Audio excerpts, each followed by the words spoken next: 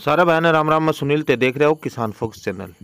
आज मिला थाने सुधिंदर मुंडू जगह के निवास स्थान पर आप पूछ रहे वर्तमान में यूथ कांग्रेस के प्रदेश अध्यक्ष डेलीगेट सुधिंदर जी मुंड है, जो हम बात करें कि पिछले दिनों चुनाव हुआ था और उसके बाद आज अपने गांव आए हैं और हमने इनसे मुलाकात की, हमने इनसे टाइम मांगा और अभी आप देख रहे हैं कि शाम का समय है, बहुत मुश्किल से टाइम मिल पाया। हम इनसे बातचीत करेंगे पूरी राजनीति की, राजस्थान की राजनीति की, क्योंकि इनके पास अभी वर्तमान में जो दायित्व है पूरे राजस्थान भर का दायित्व है, चुनाव भी नजदीक है और उदयपुर वाटी पर इनकी पैनी नजर है। क्या सोच रखते हैं, क्या विचार रखते हैं उदयपुर वाटी में भी पूरी बातचीत करेंगे।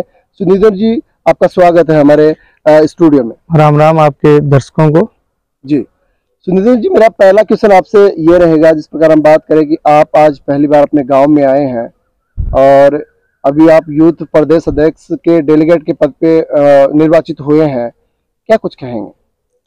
देखिए, मैं एक साधारण परिवार से आता हूं। मेरे पिताजी शिक्षक हैं और मैंने जब पहली बार राहुल गांधी जी का एक महत्वाकांक्षी जो आप कार्यक्रम कह सकते हो, जो यूथ को आगे बढ़ाने का और जो अंतिम पंक्ति में जो लोग बैठे हैं और राजनीति में सक्रिय भूमिका निभाना चाहते हैं, उनके लिए उन्होंने एक प्लेटफॉर्म उपलब्ध कराया। यूथ कांग्रेस जो हमारा प्लेटफॉर्म है, जिसमें इलेक्टोरल सिस्टम है जी, उससे जो वंचित जो लोग हैं, अंतिम छोर पे बैठे जो लोग हैं, वो लोग चुन के आते हैं और वो अपनी सक्रिय भूमिका राजनीतिक जो परिदृश्य है, जो साक्षेप है, उसमें अपने निभा सके।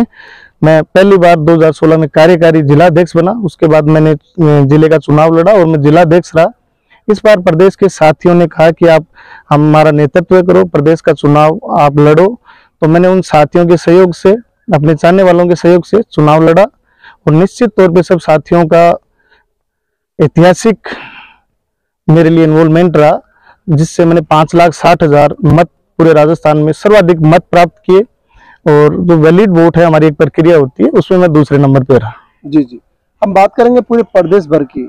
अभी आपके पास पूरा प्रदेश भर का दायित्व है, किस स्थिति में देखते हैं आप कांग्रेस सरकार को? इस बार सरकार रिपीट होगी, कैसी स्थिति है सरकार की? देखिए, मैंने अभी सारे संभागों में मीटिंगें की हैं हमारे नौजवान साथियों की, और लगभग जिलों में भी मैं जिले की जो मीटिंग हो रही है उनमें जा रहा हूं। तो मैंने ईमानदारी से आपको एक बात बता रहा हूं, जो मैंने फील किया है कि लोग सरकार की योजनाओं से बहुत ज्यादा खुश है। चाहे वो आपका किसानों के 2,000 यूनिट तक बिजली माफ करने की बात हो, जो उज्ज्वला योजना का जो सिलेंडर है जो केंद्र सरकार ने जारी किया था, 1100 रुपए में आज लोगों को मिल रहा है, वही सिलेंडर हमारी सरकार 500 रुपए में लोगों को उपलब्ध करवा रही है जी। इसके अलावा आपकी जो चिरंजीवी योजना है, जिसमें 25 लाख रुपए तक का इलाज हो जी, दुर्घटना बीमा है 10 लाख तक की, इसके अलावा वृद्धा पेंशन, विकलांग पेंशन, दिव्यांग पेंशन, जो आप कह सकते हो, चाहे वो वन टाइम रजिस्ट्रेशन जो अभी विद्यार्थियों के लिए स्टार्ट किया है जी, कि आपको एक बार रजिस्ट्रेशन कराना, उसके बाद आपको किसी एग्जाम के लिए दोबारा रजिस्ट्रेशन नहीं कराना पड़ेगा। महिलाओं के लिए आपका जननी योजना हो, प्रसूति योजना, उसके बाद आपकी ये कन्या समृद्धि योजना जी, तो इस जितनी योजनाएं हैं, हो सकता है हालांकि जनता को सारी योजनाओं के बारे में नहीं पता हो, उसके लिए अभी महंगाई राहत कैंप के माध्यम से हमने सरकार की योजनाओं को पहुंचाने का काम किया और यूथ कांग्रेस वर्तमान में लगातार ये प्रयास कर रही है कि सरकार की योजनाओं को जनता के बीच लेके जाए, उनको जनता को योजनाओं, जो जनता के लिए बनी योजनाएं हैं, जनता की जो योजनाएं हैं, उनको समझाने का प्रयास करें। और मुझे लगता है कि निश्चित तौर पर आदरणीय मुख्यमंत्री जी ने जो कार्य किया है वो लाजवाब है, अविस्मरणीय है, अद्वितीय है और सरकार निश्चित तौर पे राजस्थान में कांग्रेस की सरकार रिपीट होगी। सुधींदर जी, जिस प्रकार से हम बात करें कि आपका जिला झुंझुनू आता है, जिले झुंझुनू में भी हम बात करें कि आपकी तहसील है जो उदयपुर वाटी आती है, आपका निवास है उदयपुर वाटी तहसील में है, और वर्तमान समय की हम बात करें कि चुनाव नजदीक है, अलग अलग कयास लगाए जा रहे हैं। क्षेत्र में एक चर्चा है कि सुधींदर जी जब से प्रदेशाध्यक्ष बने हैं यूथ कांग्रेस के, उसके बाद तो कयास कुछ ज्यादा ही लगाए जा रहे हैं कि कांग्रेस की टिकट पर इस बार वो विधानसभा का चुनाव लड़ेंगे। इस पे आपकी क्या सोच है? देखिए, हमारे यहाँ एक डेमोक्रेटिक सिस्टम है सारा, उसमें आपके सारे जो लोग हैं, पार्टी के जो वरिष्ठ नेतागण हैं, वो तय करते हैं कि किसको चुनाव लड़ाना है, कौन चुनाव जीत सकता है। तो मैं निश्चित तौर पे जहां पार्टी मुझे जिस रूप में प्रदेश भर में जो जिम्मेदारी देती है मैं उसको निभाता हूँ, और उदयपुर पार्टी में वो जिसको जो जिम्मेदारी देंगे मैं उसके साथ खड़ा रहूंगा, या मुझे जिम्मेदारी देते हैं तो निश्चित तौर पे मैं मेरी जिम्मेदारी को निभाने का प्रयास करूँ। जी, हम बात करें कि लाल डायरी का प्रकरण है पूरे हिंदुस्तान में, हम बात करें कि बहुत बड़े लेवल पर इसको उठाया जा रहा है। लाल डायरी प्रकरण ने सरकार को भी सामत में ला दिया है। आप भी एक बड़े पद पे संगठन में है, क्या विचार रखते हैं आप लाल डायरी पे? क्योंकि उदयपुर पार्टी विधानसभा से निकल कर गई है लाल डायरी, आपकी ये विधानसभा है, इस पे क्या विचार आप? देखिए, एक ऐसा नेता जिसकी ना नीति है, ना नियत है, ना आइडियोलॉजी है, निश्चित तौर पे 2 बार कांग्रेस के अलायंस में आए,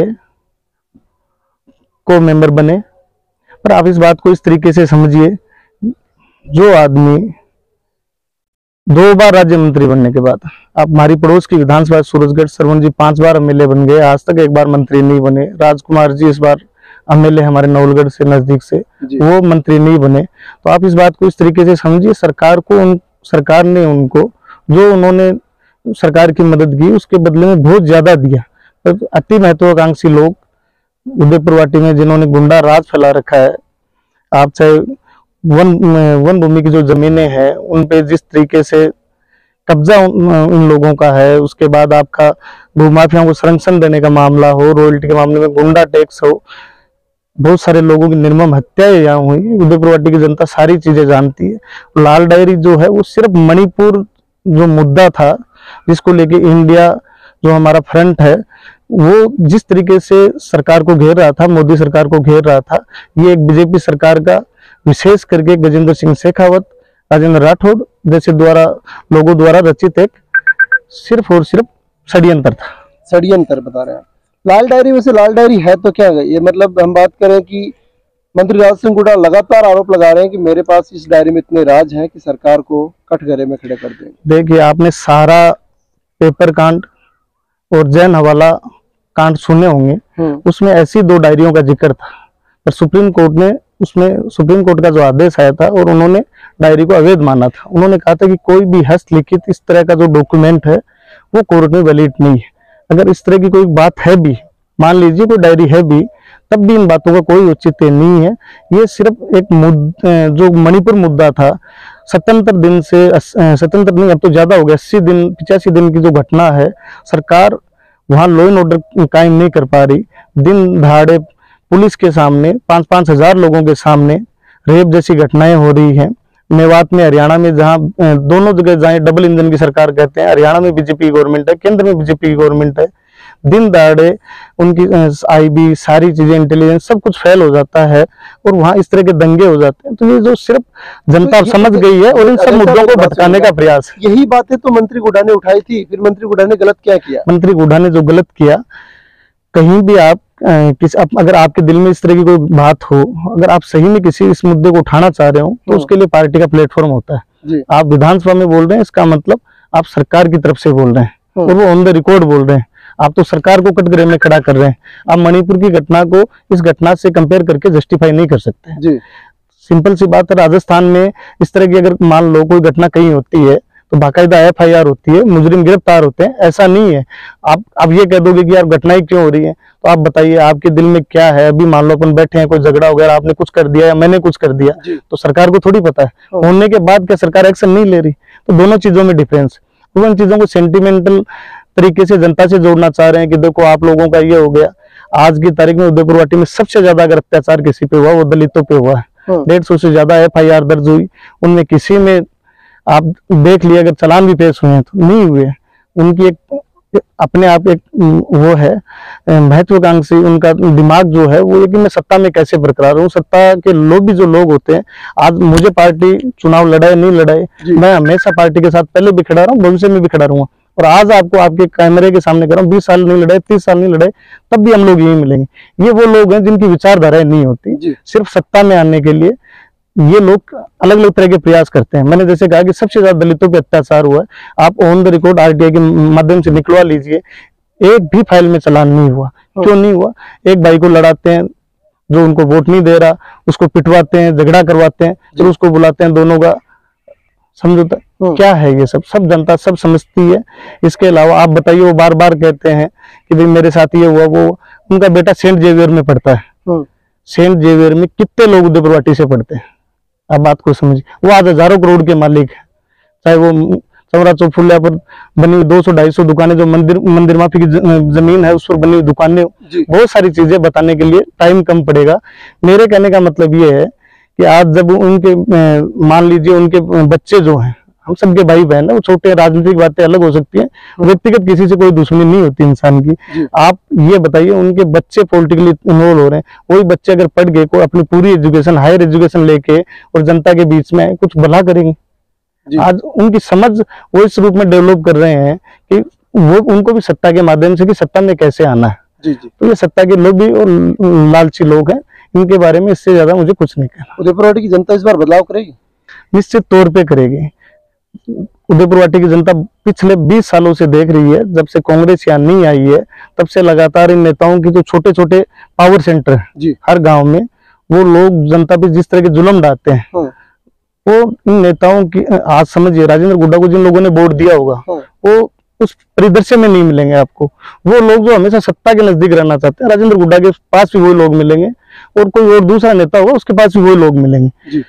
यूथ हो, आपके दलित, वंचित, गरीब लोग हों, उनको तो नेता तक पहुंचने का अवसर तक नहीं मिलता। वोट देने वाले जो लोग हैं वो कुंठित हैं और वो निश्चित तौर पर बदलाव चाहते हैं। उदयपुर वाटी में विकास को लेकर क्या कहेंगे आप? सरकार की जो बेहतरीन योजनाएं हैं, और खास करके मंत्री महोदय से कहना चाहता हूं कि क्या आपने एमएलए कोटे से इतने सारे काम करवाए हैं। वो रोज कहते हैं कि 70 साल में विकास नहीं हुआ। राजस्थान की कांग्रेस सरकार ने, आदरणीय हमारे सीएम साहब गहलोत जी ने जो काम किए हैं, जितना बजट दिया है, वो सरकार की योजनाएं हैं। और जनता को भी ये समझना पड़ेगा कि ऐतिहासिक काम हुआ, हर लेवल पर जबरदस्त काम हुआ है।